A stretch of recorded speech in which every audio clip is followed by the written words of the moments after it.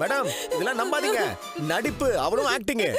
Please Manoj, என் கூட வாழணுங்கிறதுக்காக தான் இது எல்லாமே பண்ணேன்.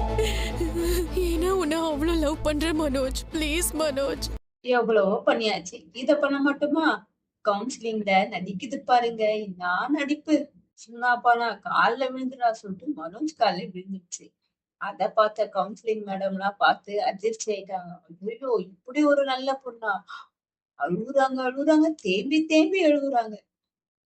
அப்படியே அவங்க 2 பேரும் மனம் உருகி போயிட்டாங்க. ஐயையோ! இந்த நடிப்பு நடிக்கிறாளே நம்மள எங்கடா சேர்த்து வச்சிட போறாங்களோன்னு சொல்லிட்டு மனோஜ் மனசு அப்படியே அனலா எரியுது. மேடம் தயவு செய்து இவகிட்ட இருந்து எனக்கு டைவர்ஸ் வாங்கி குடுத்துருங்க. இவ ஃபுல்லா நடிப்பு தான் நடிக்கிறா. பொய்ய சொல்லிட்டு இருக்கா சொல்லிட்டு, அவன் ஒரு பக்கம் நியாயத்த வச்சுட்டு இருக்கான். ரோகிணிக்கு பேசவா சொல்லிக் குடுக்கணும்? ட்ராக்க திருப்புறா பாருங்க அவங்க அம்மா பக்கம். அவங்க அம்மா சொல்லிதான் மனோஜ் இதெல்லாம் செய்யறாங்க. இவங்களுக்கு ஏற்கனவே இப்ப பொண்ணு பார்க்க ஆரம்பிச்சுட்டாங்க. பணக்கார வீட்டு பொண்ணெல்லாம் பாக்குறாங்க. என்ன கழட்டி விடலான்னு பாக்குறாங்க. தயவு செய்து டைவர்ஸ் மட்டும் குடுத்துறாதீங்க மேடம் சொல்லிட்டு இந்த அம்மா கண்ணீர் வடிக்க, அந்த அம்மா வந்து நொந்து நொந்து சாறாங்க. மாத்தி மாத்தி இப்படி நீங்க சொல்லிட்டு இருந்தீங்கன்னா, நான் யாரதான் நம்புறது? எங்களால முடியாது. எங்களுக்கு தலை வலிக்குது. நீங்க கோர்ட்லயே போய் பாத்துக்கங்கம்மா சொல்லிட்டு அவங்க கேஸ முடிச்சுட்டாங்க. போம்போது எதுக்கு சும்மா போனோம்?